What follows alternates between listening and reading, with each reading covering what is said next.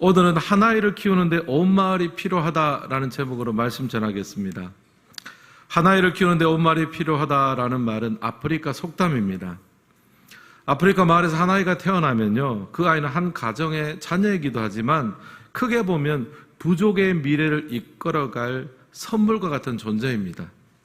그래서 그 아이의 양육은 각 가정에서 감당하는 사적인 부분도 있지만 마을 전체가 감당하는 공적인 양육도 있다는 거예요. 예를 들면 어떤 집 아이가 뭔가 좀 잘못을 하면 꼭 친부모가 아닐지라도 그 마을의 어른이 야단칠 수도 있고요. 또 아이가 배가 고프면 꼭 부모님이 아닐지라도 주변의 어른들이 먹을 것을 주면서 보호할 수도 있다는 거죠. 그러니까 온 마을이 나서서 한 아이가 안전하고 건강하게 잘 자랄 수 있도록 돕고 울타리를 쳐줘야 된다라는 말입니다. 그래서 한 아이를 제대로 키우는데 온 마을이 필요하다라는 말이 나왔습니다. 오늘 읽은 성경을 보면 사도 바울이 회심한 직후의 상황입니다.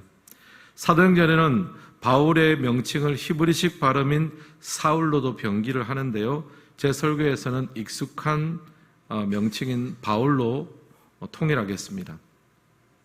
바울은 예수 믿는 자들을 박해하기 위해서 다메섹으로 향했습니다. 근데 다메섹 도상에서 예수님을 만나게 됩니다. 네가 어찌하여 나를 박해하느냐, 이 예수님의 말씀 앞에 거꾸러지게 되는 거죠. 자신이 그토록 싫어하고 미워했던 예수님이 실제로는 구약 백성들과 또 자신이 기다려왔던 하나님의 아들 메시아라는 것을 깨닫게 됐습니다. 결국 바울은 다메섹 도상에서 회심하고 예수를 믿게 되었어요. 그렇다고 바울이 회심 직후부터 위대한 사도로 활동한 것은 아닙니다. 처음에는 무력했습니다. 도움이 필요했습니다. 또 예전 동료들로부터는 변절자로 취급을 받아서 암살의 위협을 당하기도 했습니다. 바울은 영적으로 방금 태어난 아기처럼 누군가의 도움과 관심과 사랑이 필요했습니다. 오늘 읽은 본문을 보면 그런 사도 바울을 여러 사람들이 도와주고 있는데요, 면면을 살펴보면요, 위기 가운데 바울에게 도움의 손길을 내민 사람도 있었고요, 또 바울의 회심을 믿지 않았던 사람들에게 이 사람의 회심은 진짜입니다, 믿음은 진실합니다라고 변호하고 보증을 서준 사람도 있었습니다. 또 방금 회심한 바울이 자신의 신학을 정리하고 또 여러모로 성장할 때까지 참아주고 기다려준 사람들도 있었습니다. 결국 초대교회는요, 영적으로 방금 태어난 아기 같은 바울을 위대한 사도로 키워낸 거예요.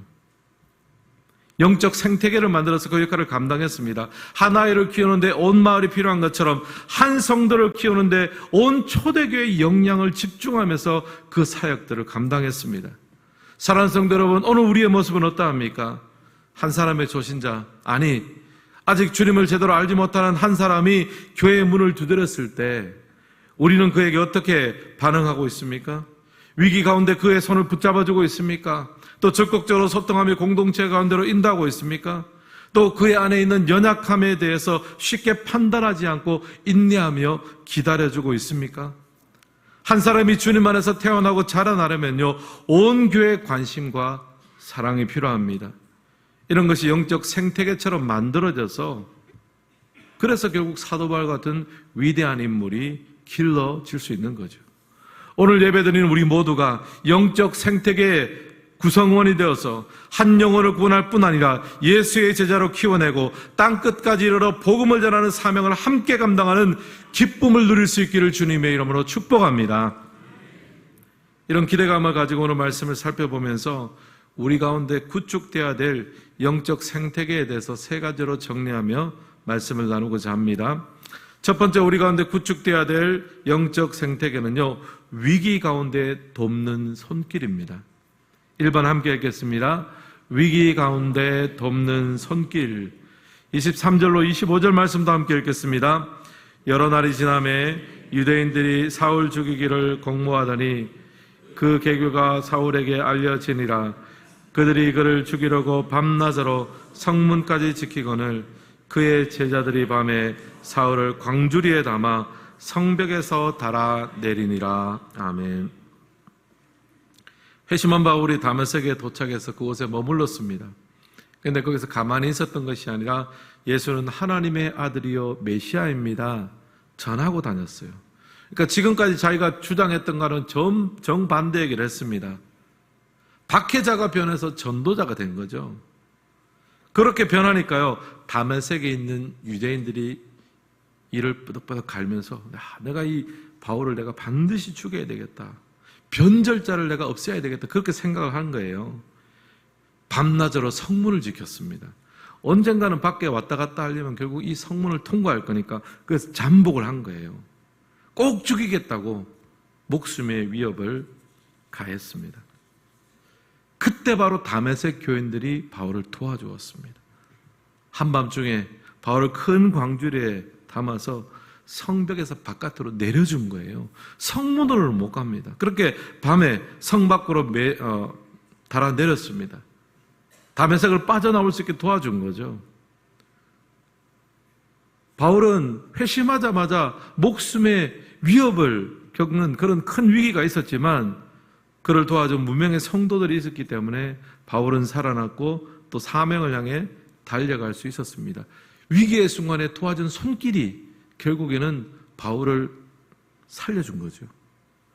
마가복음에도 보면 한 중풍병자의 질병이라는 그의 삶의 위기를 구해주는 손길을 볼 수 있습니다. 마가복음 2장 3절로 4절 함께 읽겠습니다.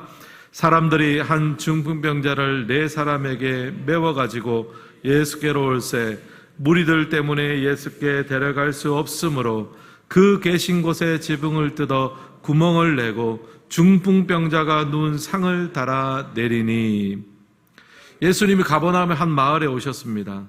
그 마을에 한 중풍병자가 있었는데 혼자서는 그럴 수가 없고 너무나 안타까운 상황이었습니다.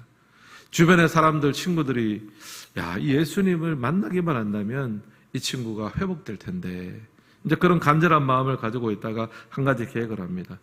우리가 이 친구를 들것에 싣고 예수님을 만나게 해주자. 우리가 좀 수고스럽지만 그렇게 돕자라고 했는데, 그렇게 메고 갔는데 예수님이 계시는 집에 도착해 보니까 이미 인산인해를 이루고 너무 많은 사람들이 둘러싸고 있으니까 예수님께로 접근을 할 수가 없는 거예요.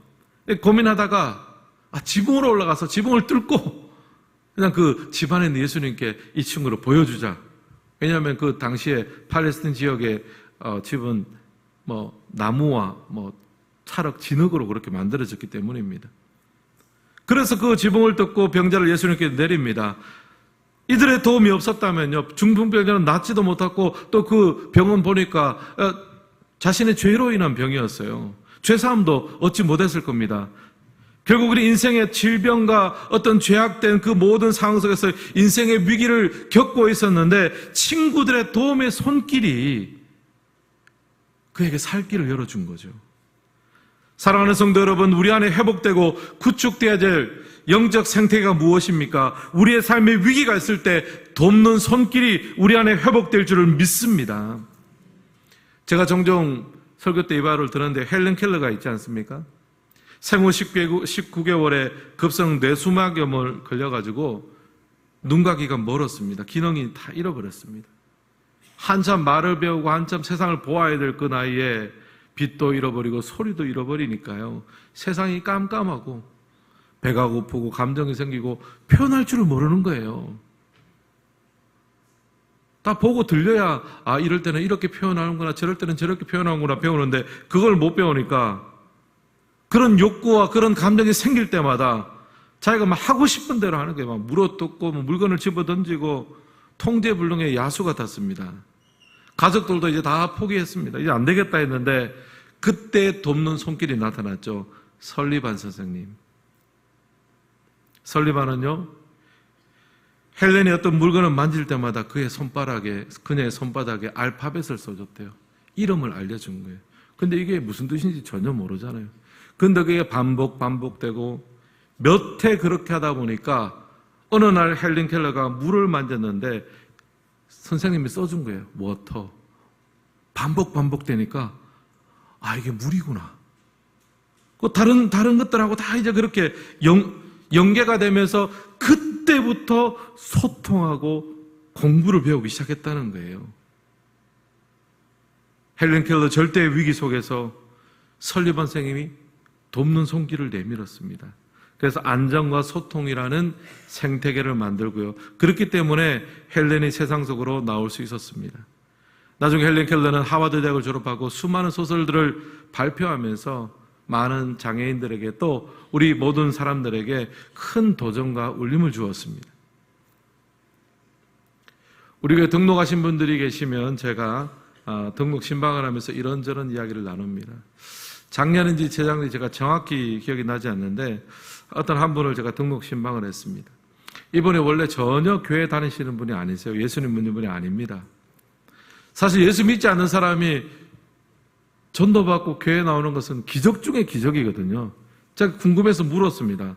아니 어떻게 해서 우리 교회에 이렇게 나오시게 됐습니까? 어떻게 해서 신앙생활 하시게 됐습니까? 물으니까 이분이 하시는 말씀이 우리 교회 집사님 중에 너무 신실한 분이 있다는 거예요. 훌륭한 신앙인이기 전에 훌륭한 본을 보여준다는 삶의 본들을 직장 속에서 일 속에서 또 특별히 이분이 삶에 정말 특별히 어려운 순간에 있었는데 고난의 순간에 있었는데 가족들도 도와주는 게 한계가 있는데 이분이 정말 자신의 일처럼 도와주는 것을 보면서 저 사람이 믿는 하나님이라면 나도 믿고 싶다. 또 저 사람이 다니는 교회라면 나도 다니고 싶다. 근데 그런 생각이 들었다는 거예요. 그러면서 하시는 말씀이 목사님 저는 그분을 통해서 작은 하나님을 만났습니다. 그래서 교회에 나오게 된 거예요. 고백을 합니다. 한 사람의 인생에 위기가 처했을 때 그에게 따라서 끝까지 하나님의 마음으로 돕는 손길을 거두지 않으니까요. 그 돕는 손길 가운데서 나는 하나님을 만났습니다 라는 고백이 나옵니다. 사랑하는 성도 여러분, 여러분의 주위에 혹시 위기와 어려움에 처한 분이 있으십니까? 여러분의 작은 도움의 손길을 내미십시오. 전화 한 통, 문자 한 통도 괜찮습니다. 그 작은 도움의 손길이 그 받는 분에게는 하나님의 손길로 느껴지게 될 줄을 믿습니다. 한 아이를 키우는데 5마리 피우다 그랬잖아요. 여러분의 작은 도움의 손길이 한 사람을 살리는 거예요. 그리고 혹시 합니까? 지금 힘겨워하는 그 사람이 바로 사도 바울처럼 하나님 앞에 준비되고 쓰임받을지 우리는 알 수 없는 거예요. 우리 각자 한 사람 한 사람이 위기 상황 가운데 있는 사람들에게 손을 내밀어 도울 수 있는 영적 생태계를 만드는데 일조할 수 있기를 주님의 이름으로 축복합니다. 옆 사람과 이렇게 인사하겠습니다. 힘들 때 제가 도와드리겠습니다. 그 표정과 말을 잘 기억해 놓으십시오. 왜냐하면 나도 힘들 때가 생겨요. 그러면은 우리가 영적 생태계를 만들어서 저 사람이 힘들 때는 내가 도와주고 내가 힘들 때는 또 내가 도움받고 이런 영적 생태계가 단단하게 구축이 되면요. 그런 자리에서 사도 바울과 같은 인물이 나오는 거예요. 여러분 가정과 우리의 모든 삶에 건해가 있기를 주님의 이름으로 축원합니다. 두 번째 구축되어야 될 영적 생태계는요. 외부에 대해서 열린 자세가 필요합니다. 2번 함께 읽겠습니다. 외부에 대한 열린 자세 26절로 27절도 함께 읽겠습니다. 사울이 예루살렘에 가서 제자들을 사귀고자 하나 다 두려워하여 그가 제자됨을 믿지 아니하니 바나바가 데리고 사도들에게 가서 그가 길에서 어떻게 주를 보았는지와 주께서 그에게 말씀하신 일과 다메섹에서 그가 어떻게 예수의 이름으로 담대히 말하였는지를 전하니라. 아멘. 바울이 다메섹을 극적으로 탈출했습니다. 그 다음에 예루살렘으로 갔어요. 예루살렘에는 사도들이 있습니다. 거기 가서 사도들과 사귀고 교제하기를 원했습니다. 하지만 여러분 사도들이 바울을 만나줄까요? 안 만나줄까요? 안 만나주죠. 왜냐하면 두려웠어요. 왜냐하면 바로 얼마 전까지 스데반 집사님을 돌로 쳐 죽이는데 앞장선 사람이 바울이고 또 다메섹까지 가서 교회를 박해하겠다고 대제사장의 공문을 바로 얼마 전에 받아가서 다메섹으로 간 지가 얼마 안 됐는데 갑자기 돌아와서 나는 예수 믿게 됐다. 나와 교제합시다. 만나주겠습니까 여러분? 어림도 없죠. 믿어지지가 않는 거예요. 저러다가 속이고 또 우리 잡아가는 거 아닌가 그런 생각했을 겁니다. 근데 바로 그때 바나바가 등장합니다. 바나바는 예루살렘 교회에 신망받는 일꾼이었습니다. 그가 바울을 데리고 직접 사도에게 가서 소개합니다. 여러분이 걱정하는 거 다 이해합니다. 이 사람이 원래는 교회를 박해하는 입장이었습니다. 그러나 다메섹으로 가는 도중에 예수님을 만났고 회심했고 다메섹에서 도리어 복음을 전하다가 고생을 했습니다. 이거 내가 보증하겠습니다. 신원 보증을 해준 거예요. 그래서 사도들이 마음이 열렸습니다. 먼저는 바나바가 먼저 마음을 열고 그 열린 마음을 가지고 바울을 품어주었습니다. 그래서 사도 바울이 예루살렘 공동체 인정을 받고 자신의 역할을 감당을 하는 거죠. 또 당시에는 디아스포라를 중심으로 다양한 민족, 다양한 배경을 가진 사람들이 예수님을 믿기 시작했습니다. 그 대표적인 예가 빌립이 전도한 에티오피아 내시입니다. 그래서 초대교회 안에는요, 외부에 대한 열린 마음, 열린 자세가 있었습니다. 사마리아와 땅끝까지 복음이 전파된다는 마음이 있으니까, 이게 열린 마음이 있으니까요, 이게 영적 생태계로 작동해서 그게 바울에게도 적용이 된 거예요. 바로 어제까지에는 적대자였고 원수였지만 오늘부터 당신은 우리의 형제입니다. 열린 마음이 있으니까 이게 받아들여지는 거죠. 사랑하는 성도 여러분, 우리 가운데 구축되어야 될 영적 생태계는요, 열린 마음과 열린 자세입니다. 누구라도 교회에 나와서 마음껏 예배드리고 자신의 달란트를 따라 섬기고 또 때로는 실수하고 그럼에도 불구하고 넉넉하게 용서하고 품어줄 수 있는 열린 마음과 열린 자세가 우리 안에 필요합니다. 여러분, 서울 인사동에 가면 승동교회라고 있어요. 여러분, 인사동 놀러 가시면 한번 찾아보십시오. 찾기가 쉽지 않습니다. 복잡해요. 근데 찾아서 안에 들어가면 큰 교회가 있습니다. 이 합동 측에서 가장 역사가 오래된 교회 중에 하나예요. 조선 말기에 신분제가 시퍼렇게 살아있던 때였습니다. 당시 승동교회는 장안에 내노라고 하는 양반과 권문세가들이 출석을 하고 있었어요. 근데 그 교회에 깜짝 놀랄 만한 사건이 생겼습니다. 뭐냐 하면 백정 출신의 박청순 씨가 등록을 했어요. 우리 같으면 이제 그게 무슨 상관이냐 싶겠지만, 양반들이 다니는 교회에 또 조선시대인데 백정 출신이 등록을 하니까 교회가 발칵 뒤집혀 버린 거예요. 아니, 어떻게 우리하고 똑같은 공간에서 예배 드릴 수 있냐고 난리가 났습니다. 밖에 나가서 예배 드리라고, 안 그러면 우리 교회를 떠나겠다, 그렇게 난리가 났어요. 근데 그 당시는 초창기니까 선교사님들이 담임 목사를 하고 있었죠. 무호 선교사님이 중재를 했습니다. 우리가 예수 믿고 한 형제 자매가 되었고 신분과 어떤 고하를 막론하고 우리가 하나님 앞에 한 백성이요 형제 자매입니다. 그렇게 해서 마음을 모았습니다. 근데 더 놀라운 일이 그 다음에 벌어졌습니다. 1911년 승동교에서 장로 선거가 시행됐는데 누가 당선됐을까요? 백정이었던 박성춘 장로님이 당선됐어요. 당시에 있을 수 없는 일이에요. 복음 안에 열린 마음을 가지니까요. 그 권문세가 양반들이 백정 출신한테 가서 장로님 그래야 되잖아요. 열린 마음을 가지고 너무 잘 순종한 거예요. 여러분, 한국의 초대교회가요, 부흥할 수 있었던 것은 하나님의 역사에 대한 열린 마음이에요. 저는 우리 교회가 이런 열린 마음과 열린 문화를 가질 수 있기를 소망합니다. 누구나 마음껏 예배드리고 때로는 실수할 수 있죠. 그러나 또 용서도 받고 다시 시작할 수 있는 넓은 마음이 우리 가운데 있어야 됩니다. 우리의 다락방이나 행복한 모임 가운데서도 예수 믿지 않는 사람들도 얼마든지 와서 함께 즐거워하고 함께 오르질 수 있는 넓은 마음과 넉넉함들이 우리 안에 있어야 되는 거예요. 윌리엄 템플이라는 신학자는 교회에 대해서 이렇게 정의했습니다. 교회는 멤버가 아닌 사람들의 유익을 위해서 존재하는 세상의 유일한 조직이다. 무슨 말이냐면요, 세상의 모든 조직은요, 그 조직 멤버의 유익을 위해서 존재합니다. 교회만 빼고요. 교회는 우리가 성도가 멤버잖아요. 누구로 존재합니까? 땅끝에 복음을 전하기 위해서. 교회 바깥에 있는 사람들을 사랑하고 섬기고 복음을 전하기 위해서 우리의 모든 것들을 드리잖아요.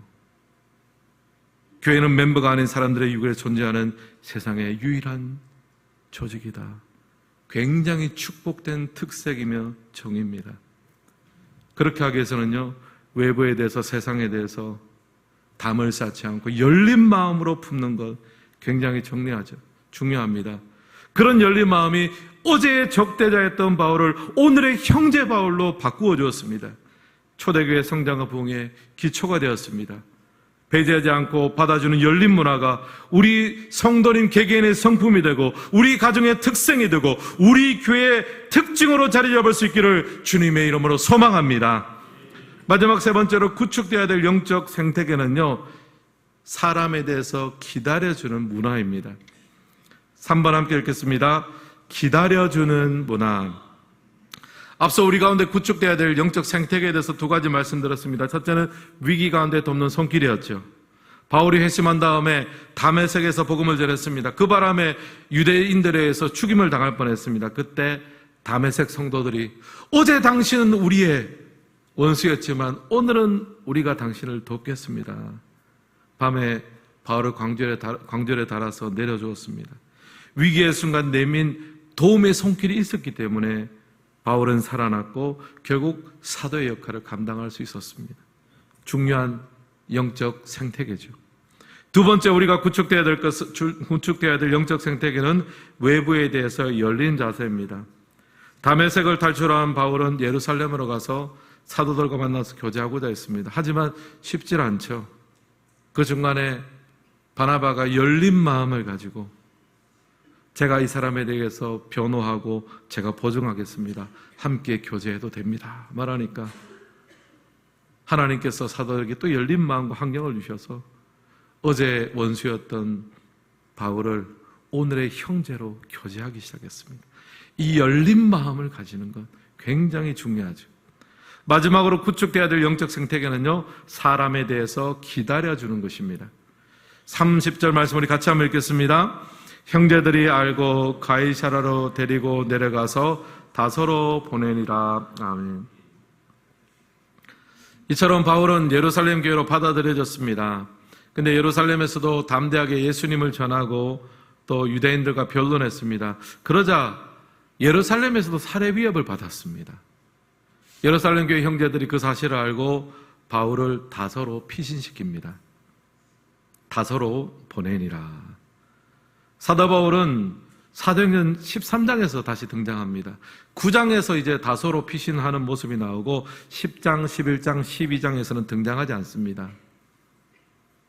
근데 갈라디아서를 보면요, 이 바울의 공백기에 대해서 짐작할 수 있는 구절들이 나옵니다. 갈라디아서 내용을 잠깐 제가 말씀드리면요, 그 후 3년 만에 게바를 방문하려고 예루살렘을 찾아오는 장면이 나오고요. 또 그 다음에 14년 만에 바나바와 디도와 함께 다시 예루살렘으로 올라갔다는 기록이 나옵니다. 신학자들은요, 이 구절을 근거로 해서 바울이 회심하고 난 다음에 최소 한 10년 정도는 공백기를 가진 것으로 봅니다. 그러니까 우리가 바울의 회심 사건과 우리가 아는 사도 바울의 그 본격적인 전도 여행 사이에는요, 약 10년 정도의 간격이 있다는 말이에요. 톰 라이터라는 신학자는 이 시간을 영적 용광로와 같은 시간이었다고 합니다. 왜냐하면 바울이 사실은 뼛속까지 바리새인이거든요. 다메섹 가는 길에 예수님의 계시를 받았지만 자신이 알고 있는 구약의 해석과 예수님에 대한 메시아에 대한 생각이 다 무너져 버렸습니다. 그러면 다시 예수님의 메시아 되심에 대해서 철저하게 연구하고 구약의 율법을 다시 묵상하는, 정리하는 시간이 필요하잖아요. 그게 10년이 걸렸다는 거예요. 반대로 생각해 볼까요? 초대교회 입장에서는요, 바울을 10년 동안 기다려줬어요. 바울은 유대교의 정점에 있었던 사람입니다. 바울이 회심한 사건은요, 초대교회에서 호재입니다. 간증만 하고 다녀도 얼마나 큰 역사가 일어나겠어요. 근데 그렇게 하지 않아요. 사용하고 버리는 사람이 아니잖아요. 다소로 내려보내고요, 충분히 정리되고 충분히 무르익기까지 기다려줍니다. 그래서 우리가 잘 아는 사도 바울이 나오게 되는 거예요. 사랑하는 성도 여러분, 우리 안에 구축되어야 될 영적 생태가 무엇입니까? 다른 사람에 대해서 참아주고 기다려주는 문화예요. 지난 목요일에 우리 부목사님들과 함께 설교 워크숍을 가졌습니다. 목회자에게 있어서 설교가 중요한데요, 안수를 받고 연차가 쌓인다고 해서 그냥 실력이 느는 게 아닙니다. 저 역시 부교육자로 또 담임 목사로 사역을 하면서 설교에 대해서 그동안 고민하고 정리한 내용들이 있는데, 그 내용들을 하루의 시간 동안 우리 부목사님들과 함께 나누었습니다. 근데 나누는 것은 단 하루였지만 내용을 준비하는데 훨씬 많은 시간이 걸렸어요. 그리고 저는 또 진심으로 소망합니다. 우리 후배 목사님들이 나보다 더 뛰어난 설교자가 됐으면 좋겠어요. 왜냐하면 사실 나도 부족한데 내 다음 세대가 나보다 부족하면 그거는 선배로서 실패했다라고 생각하기 때문이에요. 그리고 우리 성도님들에 대한 마음도 있습니다. 제가 이 설교 워크숍을 좀 준비를 하면서 생각을 해보니까요.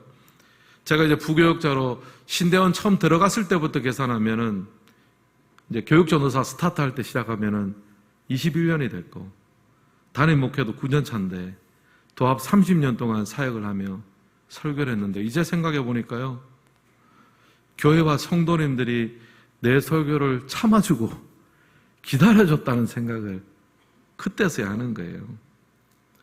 성숙하고 무르익도록 나를 기다려주었던 많은 성도님들, 또 부서할 때는 부서의 아이들, 성도의 기다림과 인내가 한 사람의 목회자와 한 사람의 설교자를 태어나게 하고 빚어가는 거잖아요. 여러분, 우리 인생도 마찬가지가 아닙니까? 우리가 어렸을 때 부모님이 우리를 참아주셨습니다. 인내해 주셨습니다. 지금도 배우자가 우리를 참아주고 있는지도 모르겠습니다. 또 내 옆에 있는 교우와 친구들이 지금도 나에 대해서 기다려주고 있습니다. 여러분, 다른 사람들이 우리에 대해서 기다려주고 참아줬기 때문에 우리가 이만큼 사람 노릇하고 이 자리에서 예배 드릴 수 있는 것 아닙니까? 누군가를 향해서 참아주고 기다려주는 것은요, 우리의 삶에 꼭 필요한 영적 생태계입니다. 초대교회에 바로 그게 있었어요.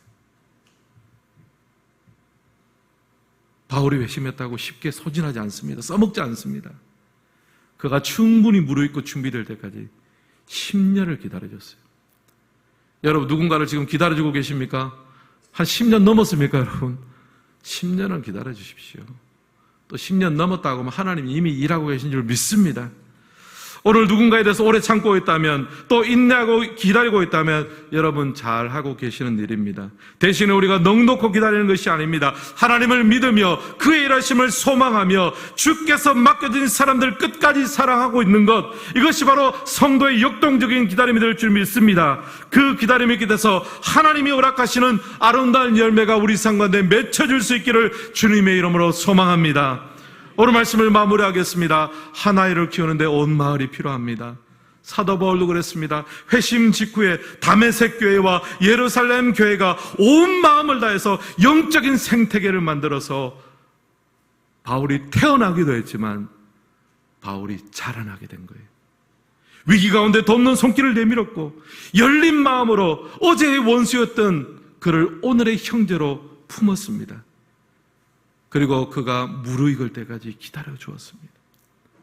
여러분, 이런 생태계를 만든 초대교회는 하나님의 사람 사도 바울을 키워낸 거죠. 이제는 바로 우리 차례입니다.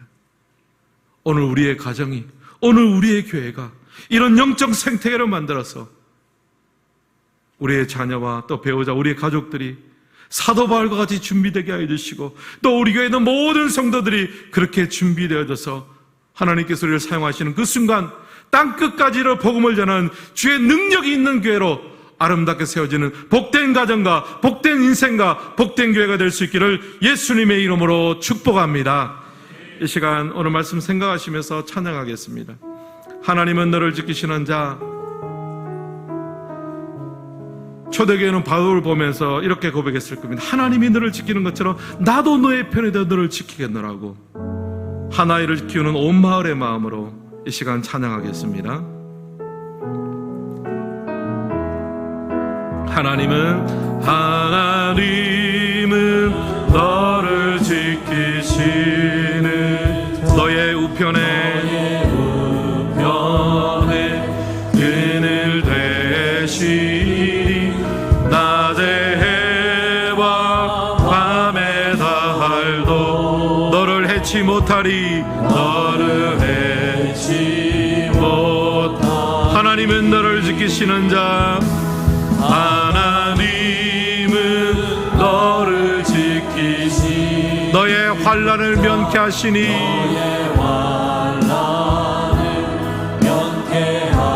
그가 너를 지키시리라. 너의 출입을 지키시리라. 눈을 들어 산을 보아라. 눈을 들어 산을 보아라. 너의 도움 어디서 오나. 천지 지으신 너를 만드신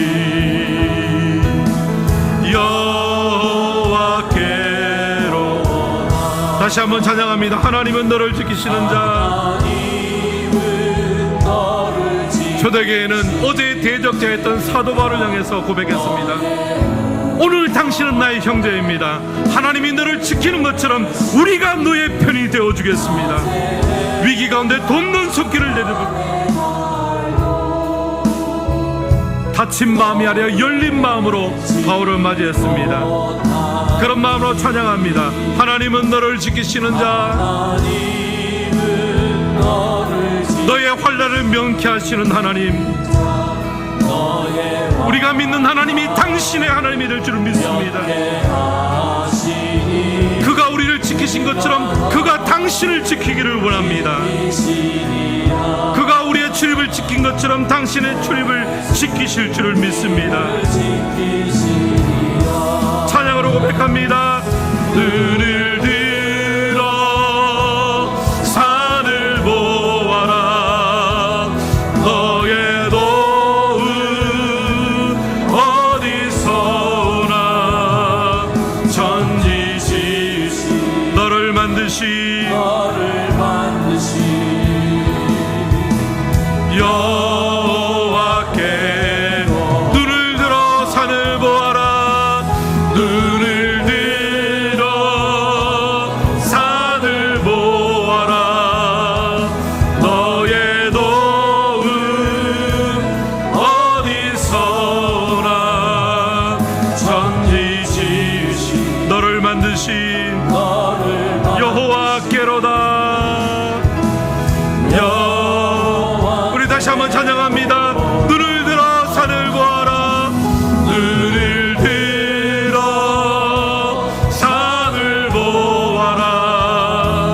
너의 도움 어디서 오나.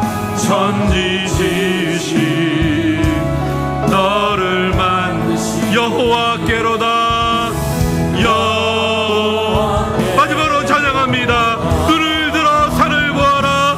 눈을 들어 산을 보아라. 너의 도움 어디서 오나. 천지 지으신 너를 만드신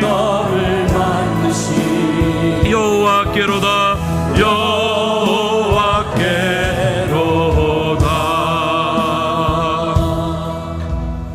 오늘 이 시간 한번 기도했으면 좋겠습니다. 말씀 붙들고 기도했으면 좋겠습니다. 초대교회 영적 생태가 튼튼했습니다. 위기 가운데 돕는 손길이 있었어요. 바울이 회심하고 어찌할 바를 몰라 할 때 다메섹 교회가 그를 품었습니다. 목숨 걸고 그를 도와주었어요. 그리고 예루살렘 교회가요, 어제는 원수였던 바울을요 형제로 마음을 열고 품었어요. 여러분, 이 열린 마음, 위기 가운데 돕는 손길, 그리고 초대교회가 사도 바울을 써먹지 않았어요. 10년 동안 기다려준 거예요.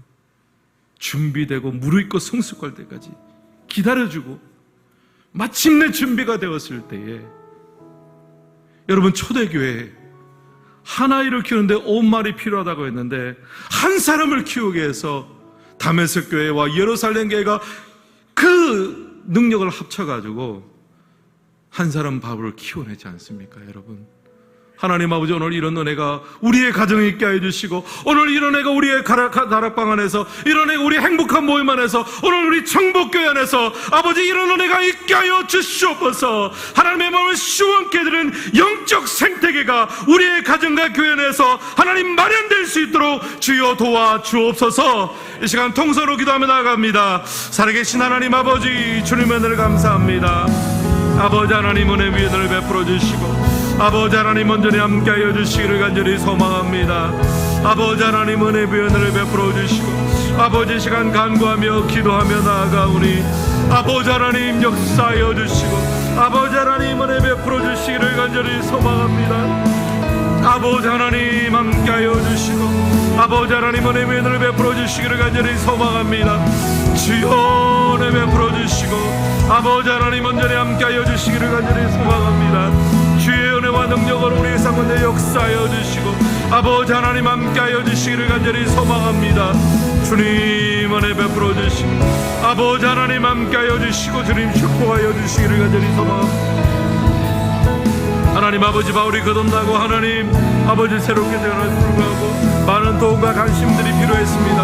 하나님 아버지, 그때 초대교회가 영적 생태계를 구축해서 위기 가운데 그의 손을 내밀어 주었고, 하나님 아버지 외부에 대해서 열린 자세로 하나님 어제는 대적이었으나 오늘은 형제라고 그의 손을 잡아주었습니다. 아버지 하나님 또한 그를 하나님 무작정 사용만 하는 것이 아니라 끝까지 기다려주고 성숙되고 물이 있도록 하나님 기다려주는 이런 하나님 영적 생태계가 오늘 우리의 가정에, 아버지 오늘 우리의 교회 가운데 하나님 자리 잡게 하여 주시옵소서. 아버지 하나님 함께하여 주시고, 아버지 하나님 함께하여 주시기를 간절히 소망합니다.